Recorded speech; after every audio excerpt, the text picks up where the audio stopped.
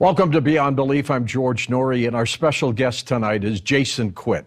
Jeisun is a researcher who really dives into the consciousness end of it, and he's an author. His book is called Forbidden Knowledge. And Jeisun, welcome to the program, and you're always upbeat every time I meet you. Thank you, and thank you for having me. What's new? What's new is, just traveling, working, and researching more on consciousness and pushing myself with different meditations and Qigong to explore other worlds. How did you evolve into the area of consciousness? Because I'm convinced when you're a little kid in school, you're not thinking about consciousness, are you? Not at all. Not at all. For me, it was something that was just happening naturally. And as a child, I would actually have past life memories coming to me. As a child, I would have visitations at night when I would go to sleep. Different beings and different shadows would wake me up in the middle of the night. Friendly and otherwise? Friendly and otherwise. And most of the time it was very frightening, and it was just passed off as nightmares. And I just believed that every person on earth experienced the same nightmares as me. But we didn't, did we? No, I found that out later in life, that when I would explain to my friends about, don't you remember this past life we had together? For me, that was very normal. And they would look at me kind of dumbfounded, like, what am I talking about? And I realized that maybe people didn't see the world like I saw the world. And I just kind of pushed it out of my mind growing up.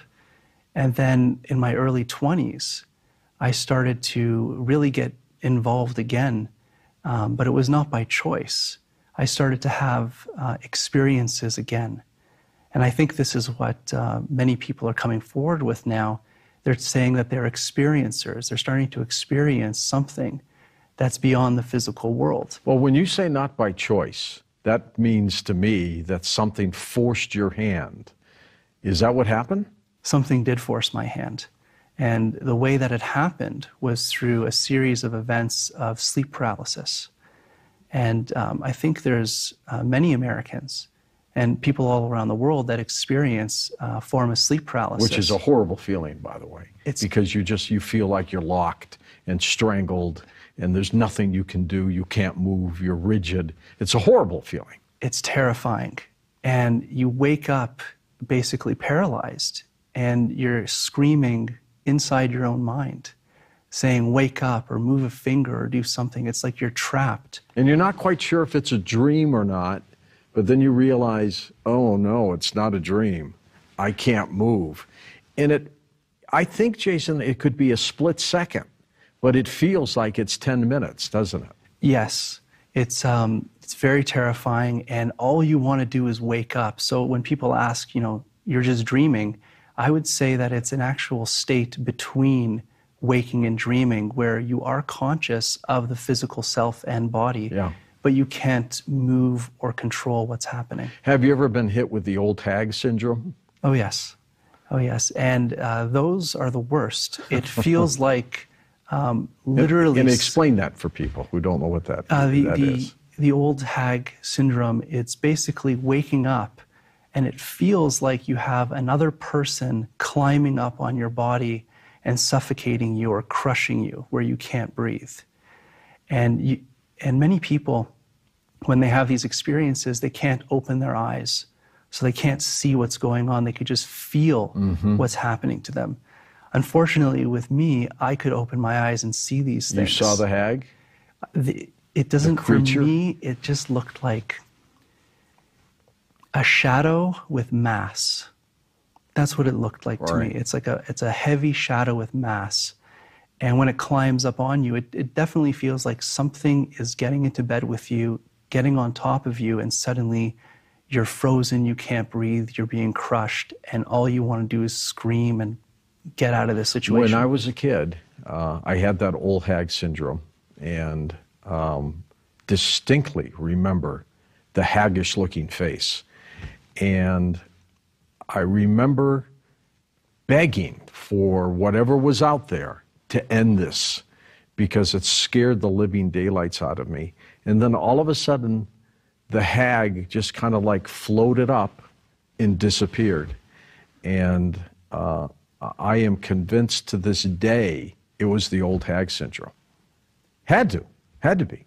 And many people experience this, and some people experience it and they see a shadow walking around the room. Sometimes they see a shadow that's wearing a hat, which is a very strange thing. Like a shadow man? A shadow man that wears a hat, or tall hats. Tall hats, or they look like a Grim Reaper, or they're cloaked. And when I would be in this sleep paralysis state, I would actually feel something walking around the room while I'm in this state.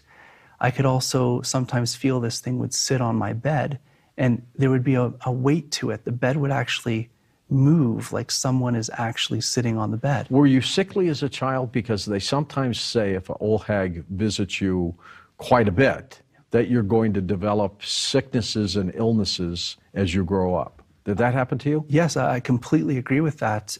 Growing up, I always had a condition called IBS. What is that? It's called irritable bowel syndrome, which means anything that I ate made me sick. Yeah. So it was almost like growing up I was allergic to food. You couldn't hold down anything, basically. Couldn't hold down anything. So I became very, very skinny, where you can see the bones in my body. And I was basically having one foot in this world and one foot into the other world. You probably always have been tall, right? I've always been tall, yeah. So for me, being 6'5", you know, to weigh, I think the lowest I weighed was around 140, 150. That's thin. That's very thin. So I was about 30 to 40 pounds underweight. So for me, that's very unhealthy. Blame it on the old hag. I think that when a person is sick, their body starts to become weakened. Their electromagnetic field becomes weakened, which allows them to kind of shift into this world and the other world. And when we start to merge or be awakened into that other world, the first thing we're introduced to is this fourth dimension, or this astral world, where these type of beings inhabit, and we start to become sensitive. When you talk to your parents about these things, what did they say to you? Well, when I was a child and I said, let's say a shadow was in the room with me, they would just say it's a nightmare. Right. Later in life, in my early 20s, when I would describe what was happening, they would want me to see a psychiatrist. Did they send you to one? No. Luckily, I was over the age of 18. And you decided, I'm not going. No, because I know that what I'm saying is crazy to the normal person. Yes. I know that it is. It's far out for somebody. Right. So, but you also know it's happening to you. Yes. And I'm not alone. And you're not alone. That there's millions of people that experience this.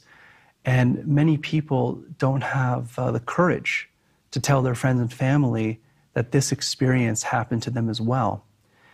And they just kind of pass it off because there's a lot of belief systems that are in place that kind of hold this information down.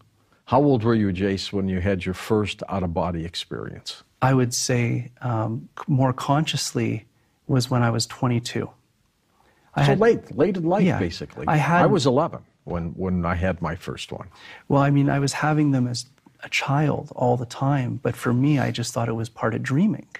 I wasn't aware that this was something special. It was only until later in life that I realized that what I was actually doing was what we would call astral traveling. Did you enjoy the travel? At first, it scared me to death. But it was like opening up another world to me, and I was so curious of what was on the other side of the outer body experience. It's fascinating. It's absolutely fascinating. So it drove me. It didn't matter how fearful I was of what could be out there. I knew that there was something out there and I could have access to it. And that kind of motivated me and drove me forward to explore this new world. So in my case, I was on the ceiling looking down at my 11-year-old body and just kind of like hovering around. Did you go anywhere? Did you travel in your astral body? At first, no. At first, I was too scared. So I would push myself out of my body and I would just float above the bed. And yes, I can see myself in the bed. It's very similar. It's weird. It's a very weird feeling, and it's like a near-death experience that people describe. Yes. So I would be completely disassociated from the body and be able to look at myself laying in bed, and I would just kind of float around the room. And when I became more confident, then I would explore outside the bedroom and then outside of the house. I had a chance to interview on the program Sonia Grace, who's a mystic healer, and she talks a lot about what happened to you. As a spirit traveler, can you get into trouble? Can you get it stuck in an area that you shouldn't be traveling? I can, and I'm very careful to never go anywhere without my guides. My guides are, you know, the ones that take me and move me through time. You trust them, obviously. Absolutely. And you know, you could call it time travel because I do end up in a different time period, but I don't go anywhere without them. They navigate where I'm going and how I'm getting there. There's something that I work with and that I talked about in my book, Become an Earth Angel, and that's that's this one right here. That's the fifth dimension that we're in now. We're in the fifth dimension. We moved out of the fourth dimension into the fifth. And then there's energy called the realms. And those are two different things. Our whole galaxy is in the fifth dimension. So it's this higher frequency, higher vibration. But the realms are different energies that we can exist in. Most of Earth and people are in the second realm. Some people have moved into the third realm. They're a little calmer. They like to communicate more. Where would we be right about now? In the third realm. Yeah. Okay. And high, you know, really evolved beings move into the fourth realm, fifth realm, sixth realm, seventh realm. That's where you're going to find a lot of ETs. That's where a lot of the extraterrestrials exist. Are they your spirit guides? No. These ETs? No, my spirit guides are angels. Ah. Yeah, and I work. How many do you have? I work only with angels. There's about 5 of them. 5 spirit guides, all at the same time? Yeah, and I've seen them since I was, my earliest memory was 2 years old. Do they all have separate duties? They've been with me through all my lifetimes. But do they have different responsibilities? Yes, they do. I mean, like one takes care of you from getting into an accident. Right. One takes care of you from health purposes. Are they like that? They work more as a group. They work more together on things. There are certain ones that will help me with certain things, but for the most part, we travel as a group, and they make sure all of my traveling is safe. Now, on the face of it, Jason, one would say, come on now, you're nuts. You know otherwise. She's not nuts. No, this is a very common experience, and she's actually explaining it very well. So when I do leave my body, sometimes there are guides. I don't really see them. For me, they kind of... But you feel them. They'll stand behind me, and they'll take me on journeys. So I could feel somebody holding my shoulder. And it's not like... It's like, you know, the people say, when you leave your body, can you go to wherever you want to go? And the answer is never. I'm never in control of where I go. When I leave my body, suddenly there's almost like something there that decides I'm going to show or take Jason here. Can you leave at will out of your body? In the right circumstances. And it's usually in the early morning hours. For example, if you wake up too early, let's say it's 4 in the morning, and you could easily fall back asleep. Yeah. That time, I could very easily move out of the body. Why is it that way? I think it's... Why does that work? I think it's because your body is already asleep and your mind is already in the brainwave frequencies. Relaxed. Right, and it's all about the brainwave frequencies. When your brain waves are in a certain state, it's very easy to kind of move in and out of these fields of awareness. So when you feel yourself going into that awareness, that in-between state, you can actually shift your awareness into that realm or dimension and what she was talking about. Sonia talked about having 5 spirit guides that helped her. Do you have a certain amount, a number? No, but I've been visited by many different beings. Most of them, they look like, I don't want to say this, but it's almost like a Jedi Master. Really? Where they look like they're cloaked. So they're wearing these cloaks. Sometimes they're like... you just don't want to see a bony finger sticking out of the thing. Stay away from those. But you can't see their face. That's the one thing that I've never seen as a face. So they got hoods over them. They have hoods over and you can't see them, and they will sometimes give me information or take me on journeys. Sometimes they'll look like shadows, and sometimes I'll wake up and there will be, let's say, a being that we would consider alien in the room with you. And I've seen many different types of these. What do they want, Jason? What's their end game plan here? For me, I think it's like they're trying to show me that there's more to life than the 3D world, and we have access to a whole other space and time, these other realms that they live in. So there's many different beings on these different dimensions or realms, and they assist us, they guide us, they teach us, and there's also beings there that are doing the opposite, which are manipulating us or making us sick. So there's almost like a balance of these different types of beings. How can you distinguish the difference between the two? Those that are trying to help you and those that are trying to hurt you? Well, you definitely feel it. I've woken up with different entities trying to pull me out of my body or take energy or even put sickness in the body. Would you call them demons? Yes, a demon would be a very good word for them. I would just call them entities. And I just look at them as beings trying to survive. And it's just in a different way. And they're looking for life force. Why would demons surround you? Because you seem like someone who's got it together. You understand the world of consciousness. You seem very positive. Why would a demon approach you? I would say that they may like the energy that I'm carrying. And I would say that every person on the planet carries traumas, they carry wounds, they carry things that, you know, they may keep within them. And because of that, these beings could track and connect to those energies and use them to take energy from you. A lot of people have tried to go through portals on this planet to get to other worlds or other dimensions. What do you think of that? I think it's absolutely true. And I actually travel through these portals in an outer body state. And what happens is once I leave the body, there will be a portal that may open up in different locations in the bedroom. And you're going intentionally? No, it's like a magnetic pull. Aha. So you visually see these things open up, and they just look like these black round discs. Sometimes they're very small, sometimes they're big to fit the whole body. And you get pulled. It's almost like you get sucked. It feels like a magnetic pull coming through the body or through the chest. And you get pulled into these portals. And it's a very interesting experience, actually, traveling through these portals.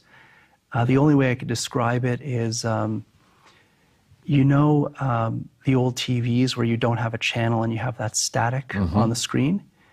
That's what it is. Noise, we call it. White noise. It's white noise. So when you're traveling through it, you see white noise, but it's the negative of that. So it's like black noise. Are you scared? No. No fear at all? No fear. You actually feel a great acceleration, and you hear the white noise kind of passing your ears, even though you don't have ears. It feels like you're accelerating and there's a wind going past your ears very, very fast. What's on the other side of the portal, Jason? Sometimes you get dropped off in space, which happens a lot. So I'll go through a portal and I'll end up in space and we can see different planets or stars. That would be fun. It's very fun. And then at that point, I would have the guide behind me, holding me by the back of the shoulder, and they would take me into the world or where they're taking me. Have you ever had that fear that you could not get back? I actually have the opposite fear, which is that I want these experiences to last longer, and it's very hard for them to... When they end on their own, don't they? They just end on, yes. And you're back in your body, just abrupt? Yes, and you're like, you know, I wanted more. So, well, these out-of-body experiences are different for a lot of people. William Bramley, one of the authors of Gods of Eden, talks about out-of-body experiences, the way he perceives it. These types of theories all point to these different contiguous realms that, because we are using these three-dimensional bodies, which are programmed and adapted for this particular world, generally speaking, we are restricted to the perceptions and the operations in this world, and it's only after the consciousness leaves the body that it starts to experience, for the most part, that broader realm. When a person has an out-of-body experience, they continue to see their body, like the typical one in the hospital.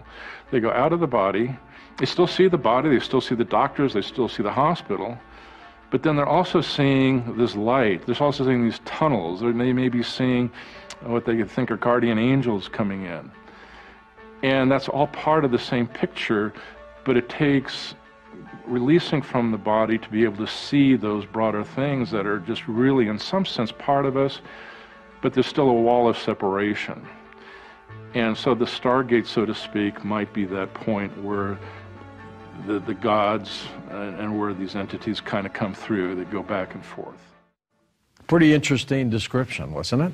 Very accurate, because I could feel these beings step into the room, but I can't see them with my physical eyes. But you know they're there. Right, I know they're there, but when I pop out of my body, they're standing right there in front of me, plain as day.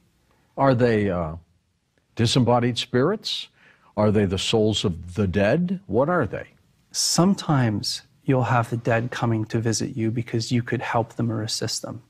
But most of the time, I would say they're interdimensional or multidimensional beings that exist in those realms, and they're coming at certain times in your life to awaken you, to show you that you yourself are a multidimensional being that have access to the same worlds and portals that they do.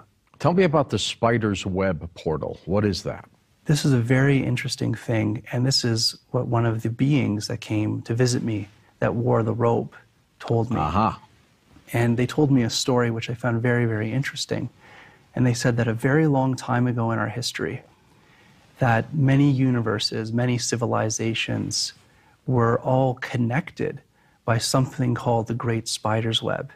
And it was a network of portals that was placed in many worlds where once you can leave your body, you can go and travel these portals to visit people and family and friends and other beings in different timelines, in different dimensions, and on different planets. So we had access at one time in our history to leave our bodies and travel these spider webs to have communication and experiences on many worlds. Now, these portals that are out there, do they connect you, Jason, to other universes? Yes. In fact, this being that described the spider's web to me says that the spider's web alone would give me access to 7 other parallel universes. 7? 7. In these other parallel universes, what could one expect? You would see yourself. And in each one? In each one, and you're living almost the same existence. So sometimes you'll wake up in these parallel worlds where you're still you, but you have a different history in your mind. You have a different group of friends. You may live in a different location, but it's still you and it still looks like you. There's also sometimes when you wake up in these parallel worlds and you're looking like an alien. Really? Yes. So you have different types of bodies and different types of worlds. What have these experiences done for you in terms of your life as a human, as Jason Quit? What has it done for you? It's actually very freeing. It's very, very freeing because you know that your consciousness exists outside of the physical world and will continue to exist, and that the human body is just a vessel for you to experience this world at this time. But we're also living in a multiverse, and we're having many experiences all the time through time and space. So we believe that time is moving forward, but when we leave our bodies and we leave time and space, we can easily jump into our past and we can easily jump into our future to learn from those experiences too. Does this make you more perceptive? Does it make you more psychic? Absolutely. It makes you more sensitive and aware. So like I said, when the beings come into the room, I can feel their presence when they step into the room. I can feel, let's say, if it's a good or a bad energy, because if it's a bad energy, they'll be pulling at my energy or trying to get at me. And then I could put up shields. But you get this kind of awareness beyond the physical body, and it would be kind of a multidimensional awareness. And when we get sick, for example, or something's not right, sometimes it's a spiritual explanation, and we can leave our body and actually look at ourselves and see what is attached to us, what is wrong, what is causing us to be sick, and we can work on ourselves from that outer body perspective. When we come back to the body and wake up, that illness, that sickness is gone. How do we know that they are not causing the sickness? Sometimes they are, actually. Because remember, you carry this electromagnetic field with you. And this electromagnetic field, or this consciousness field, it tells your body what it needs to do. So if a being, let's say, attaches to you and they are carrying different energies. And how do you know it's attached to you? Well, if I would leave my body, I could actually see these things but if you don't, do you feel something? Yes. Sometimes you'll feel like a pulling or a pinching or a weird illness, or you'll have very strange thoughts. Okay. Or emotions. You'll start to feel emotions that you will not normally feel. And those are all very good signs that you have some type of spiritual attachment. And you would go to see someone like a shaman or someone that could see outside the physical world so that they can then remove these spiritual intrusions to allow your energy to flow again. Because if there is something attached to you, it's causing a disturbance in your electromagnetic field, which would then have physical ramifications. Do you ever at any point invite them in? Have you created this environment yourself? Maybe unwillingly, but you did? What I was told is that the reason I'm as sensitive like this in this life is because I've done this many times in other lives. So it's something that I'm used to, having these experiences. I would think sickness is one way of inviting these things in, because you're actually... drugs, alcohol, that does that too. Oh yes, like addictions or obsessions, you're drawing energy to you because everything is energy. And let's say, for example, someone's addicted to alcohol. You'll have beings or multidimensional energies that love the energy of alcohol.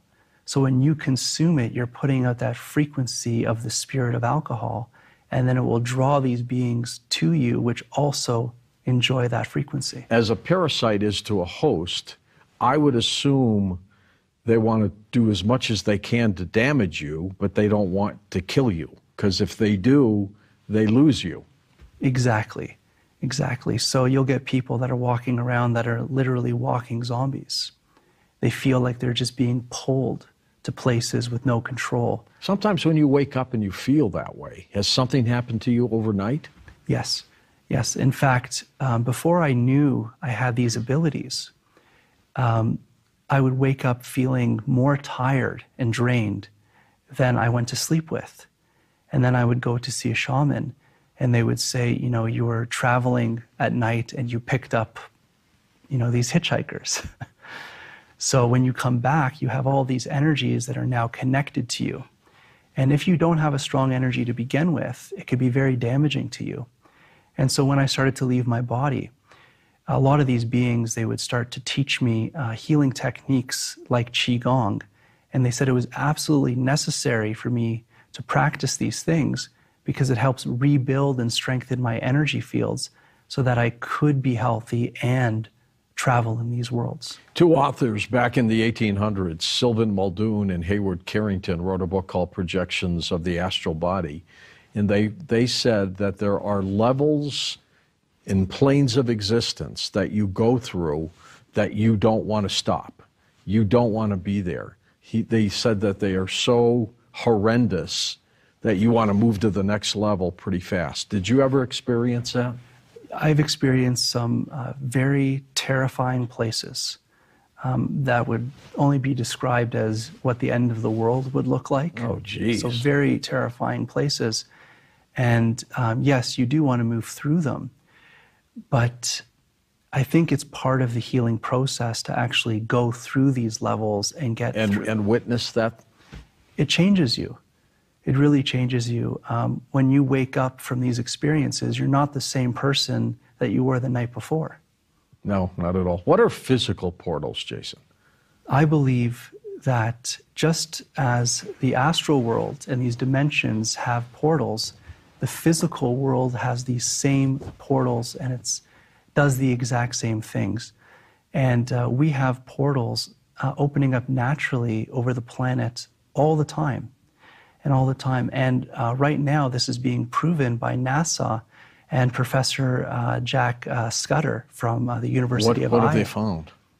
What they discovered that in space, when the solar winds from the sun hit the electromagnetic fields of the Earth, where those 2 points cross, it opens up a physical portal that takes away time and space. So they're observing these now outside of the Earth in the, I think it's about 10 kilometers or 10 miles outside the Earth's magnetic field. Yeah.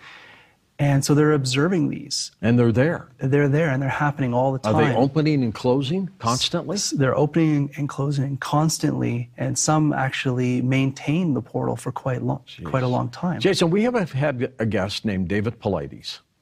He appears with me on Coast to Coast quite a bit. He's written a book called Missing 411. He has a theory that there are many thousands of people who are disappearing from this planet, and nobody knows where they are. Whether they're being abducted by an animal or sucked up by a UFO or whatever, he's got a lot of different theories. But secretly, he has one specific theory that he doesn't want to let us in on because I think he thinks it's so frightening. But I think what it is that people are stumbling into these physical portals, just walking into them, and they can't find their way back. Is that possible? Yes, and you hear stories about this through time, especially in the Middle Ages, where they called them fairy circles, where people would walk out into the woods and they would end up in this fairy circle. And then they're gone. They're gone forever. Or you'll have people walking out of the forest asking them what time period it is, because they just walked into the forest, and when they walked back out, it's 200-300 years in the future. Well, talking about ancient civilizations and portals to the universe, look at this. Places like Göbekli Tepe, or certainly the area around Göbekli Tepe in southeast Turkey, the area around Giza in Egypt, and other places like Stonehenge in England. They form part of what might be described as an Earth grid, and that there were reasons for establishing these places. They all have something in common with each other. And if you ask me what that is, I would probably say that it's geomagnetic anomalies, the appearance of strange light phenomena, what we would call UFOs today, the manifestation of supernatural forms, supernatural entities, and the idea that you can achieve altered states of consciousness more easily at these places than elsewhere. Well, so there could be portals everywhere. Yes, and in ancient times, they would build their sacred sites on these special ley lines and points. How would they know? How would they know? Because back then, it was a different electromagnetic field. The electromagnetic field of the planet was actually a lot stronger than it is right now, so they could actually sense where to build these sites more than we can today. And they didn't have instruments. They didn't have little Geiger counters or anything like that. I would say it has to do with magnetic anomalies. And dowsing rods, maybe? They could use dowsing rods for sure, or they could just feel it, or they could even just observe nature. And they can see that certain trees are growing towards these points, or certain natural phenomenon. So you would see lights in the sky, you can see UFOs, people would have spiritual experiences at these places because these places were natural portals to the multidimensional world. So they knew that these points on the planet were very, very sacred. So they would start to build stone circles, they would start to build temples at these locations. Because at certain times, the sun would, let's say, release some solar wind. All right. And it will hit the magnetic field of the Earth, and it would activate the ley lines so that these points would actually open up natural portal systems that these ancient people could actually travel through to other places. And sometimes beings, physical beings, would walk out of these Walk portals. out. Yes. And they had been there for how long? For who knows how long, right? Right, and these could be what we would consider beings from other planets or dimensions, or very advanced beings that would come to the planet and teach humans about astronomy, physics, science. Do you think UFOs travel through these portals as well to get from time and space? I've seen them travel like this. You have? I have. What have you seen? I've witnessed this glowing ship. It was this orange light ship, and it was clear as day. I'm just looking at it in the sky, and it's almost like someone took a light dimmer switch and just turned it off. As if it went into the portal, right? Right, this portal kind of enveloped it, and it just turned black and gone instantly. And gone. Just gone. And I knew right then that these ships are not traveling through space. They're traveling through portals.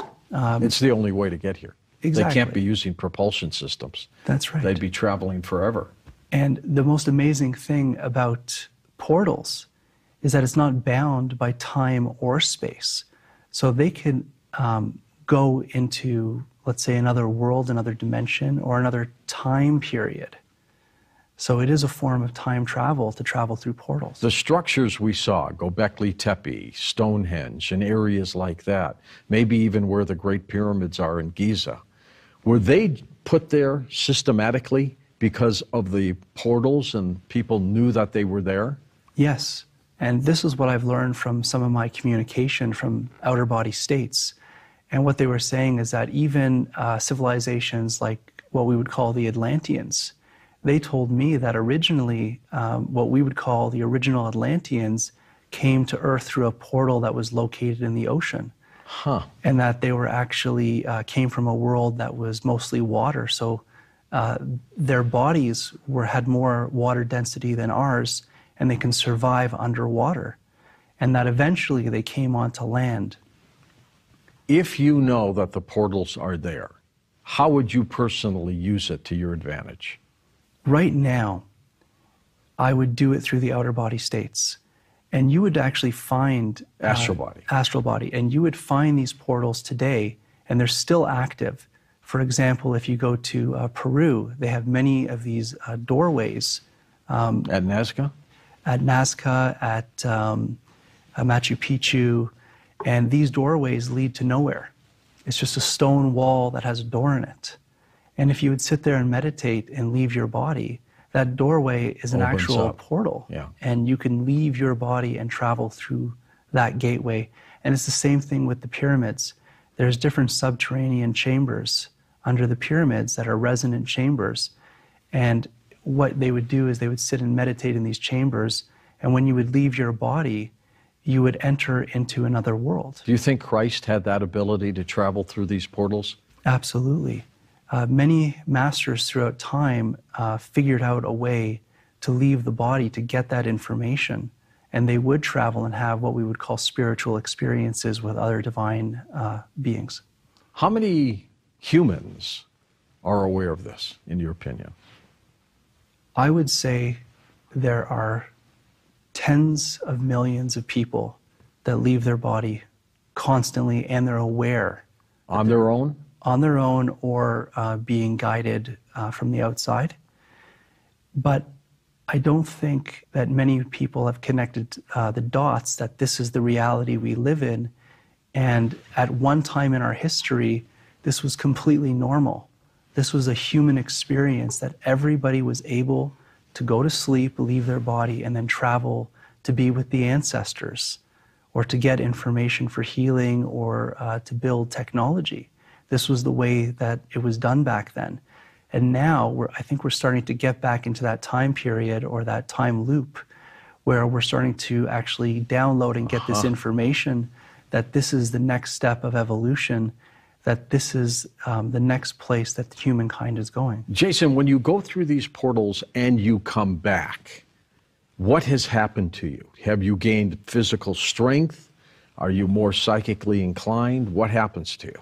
I would say that for me personally, it's kind of like a spiritual journey.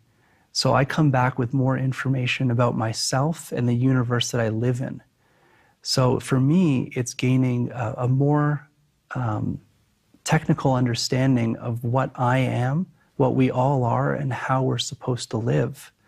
So you get more morals, more ethics, and you have a different perception of how things work in the world and your relationship to nature is. Does it make you a better person? It absolutely makes you a better person. How does the person watching this program right now tap into the same things you've tapped into? Well, first of all, we have to be aware that we're connected to a source at all times. We're receiving life force energy at all times, and we're always connected. And it's the same life force energy that these multidimensional beings are tapped into as well. It's the same life force energy that the plants and the animals have. And we all use it to evolve and progress our awareness of consciousness. So by just tuning in to that source or that stream of awareness, it'll slowly move us into that stream, which gives us information about ourselves. And through that learning process, we start to heal.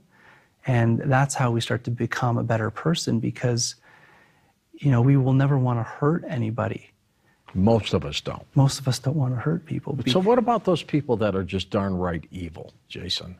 That kill, maim, murder, create wars, greed. What's happening to them? They probably have no idea what we're even talking about. I would say that through many years and through many traumas, they have closed themselves off to this stream of awareness in which I'm talking about. Or never had it. Or never had it. And to live a life when you feel you're alone and not connected, it really desensitizes you to basically be that person that's very evil. So as you would start to, let's say, practice something like a qigong or a meditation, or even get some spiritual ethics and morals, we start to learn that it's the disconnection that causes this type of state of consciousness. It's the disconnection that causes addictions and obsessions, because everything has a life force, and we are always trying to live. That's our goal, is survival. So if we're not connected to the life force energy, we need to find that energy in other places. So we could take it from people, and I guess that's what being evil is. We take it from others. Energy, like psychic vampires? Yes, or we could take it from things that exist like smoking or alcohol or drugs, because that is a source of energy as well. So we can live off of those energy fields, but it keeps us disconnected. If someone wants to get into this area and perfect it for themselves, any techniques? What I was told almost immediately once I started to leave my body was I had to heal myself. And the way that I had to heal myself was all about the electromagnetic bodies that surround us, our energetic fields. And I was told I had to do a healing practice called qigong, which is to reestablish and rebuild the energetic fields around us, and to reconnect ourselves to the natural flows of energy in which we're discussing. Another thing I was drawn to was the native shamanism. So the traditional healing wisdom that's been kept alive since thousands of years. And they can see beyond the world. They can see beyond the third dimension. So if you do have... They have that third eye, don't they? Yeah, so if you have that spiritual attachment that is causing all this chaos in your life, they would have the know-how and the means to disconnect that from you. Ancient civilizations, of course, which became the foundation of all of this, truly had an understanding of what these portals were.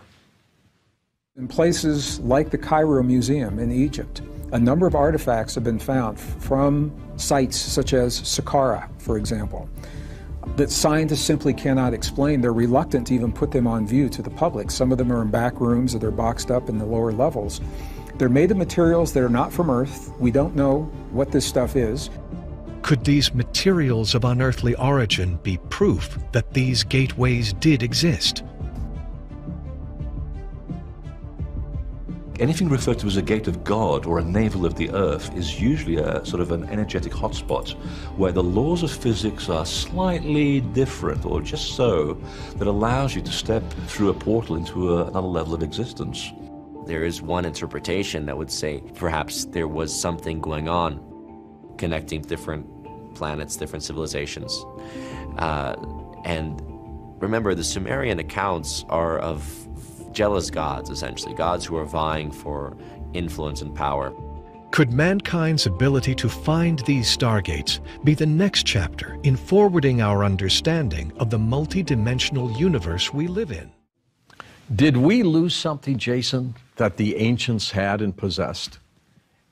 When I asked the same question, the answer that I would receive is, Jason, you have to remember, in those times, there was a different sun. This is what they said to me. There's a different sun. And this has always bothered me. What do they mean by that? What I believe is that there's a different radiation, a different energy source that was coming off the sun. And it's changed? That it's changed in modern times. And I believe the sun does go through these type of cycles. And right now, the Earth's magnetic field is in a very weakened state, where in ancient times, when these sites existed, these portals into the other worlds existed, the magnetic fields sometimes in places like Jordan, Israel, Egypt, even in Antarctica, the magnetic field about 3,000 years ago sometimes was 100 times stronger in these places than it was today. Somebody must have taught them this, Jason. This is not something that ancients would quickly know. Who taught them? I believe that beings that we would consider gods, ETs, or just very advanced humanoid beings, would travel from their world through the portal system to our world and either seed different planets, or they would come and they would teach their knowledge so that we could be at that level again. And I think that's starting to happen now. I think there are many people waking up and receiving downloads of free energy technology, how portals work, or even a person like myself and others who are taught how to leave their body and travel these portal systems to receive this type of information. It's happening again. Can you reach these portals through the dream state? Yes. Yes. In fact, might be the easiest way. The dream state is the best way of accessing it, and the dream state is the first, I would say, the first realm that you step into to access these higher dimensional consciousness streams to travel. So sometimes, let's say, for example, a lucid dream. If I'm in a lucid dream and I realize I'm dreaming, sometimes it'll just snap me right into the outer body state where I'll just stop dreaming and I'll flip. You'll be ascending already. I'll be ascending right when I figure out I'm conscious. And when I figure out I'm conscious in that state, then the beings will be there to assist you. The portals will open, and it's almost like it's a predetermined place that they're going to take you. When people have had after-death experiences, and they talk about a portal, and they talk about a tunnel, they talk about a light, are they going through these portals when they die? I believe so. And, you know, I'm trying to figure this out too, and I still don't have all the answers. But I think the human being is not just a body and a spirit and a soul. I think that we are a multidimensional being that have many different bodies that we're not aware of. And at the moment of death, the physical body dies, but there are many bodies that still live on after. And in ancient times, especially in Egypt, they would talk about the Ba, which is, it's kind of like your astral body or spirit, and they would depict it as a human head on a bird, and they would show it above the deceased person's body. And they made it very clear that the Ba could leave your body at night, anytime, and that it could travel through different portals. It's also eternal, but it's also you. It maintains your identity and your personality. So when I leave my body, I'm me, I'm Jason with my level of consciousness and awareness. And I believe it's that that astral body, that people are describing as the spirit when they die. So when the physical body dies, suddenly their identity and personality is outside their body in this ba or astral body state, which gives them access to these portals. And when you die, the most common description is that angels or beings or family members are right there to greet you and assist you into that next place through these different portal systems. Tell us about your book, Forbidden Knowledge. Forbidden Knowledge, it's called Revelations of a Multidimensional Time Traveler, and it basically goes through my personal experiences throughout my whole life of many of the things we've talked about today. Yes, and rediscovering that what I go through is actually part of the human experience that has been shut down for thousands of years through many different belief systems and religions, that we're not supposed to go there, we're not supposed to know this stuff. Mm-hmm. And this is why we called the book Forbidden Knowledge, because even just 50 years ago, or even 20 years ago, it's very taboo to talk about these topics, to talk about outer body experiences, absolutely, to talk about ghosts and aliens and all these topics. But for me, it's part of the same phenomenon. It's all part of this multidimensional existence that we're all a part of and we're all connected to, and that we're just finally starting to rediscover that we are connected to all of this and we all have access to it. Is there anything that scares you about what you've learned that you think, oh my gosh, what have I stumbled into here? What scares me the most is the fact that I realize that we are responsible for all our actions. So, everything that we do in this world has consequences. And that what records our life is our heart. Our heart is an individual being, and it will record our entire life. So that when we pass, it's that recording that decides what we're going to do next. What is hell to you? What is hell is a place of unconsciousness.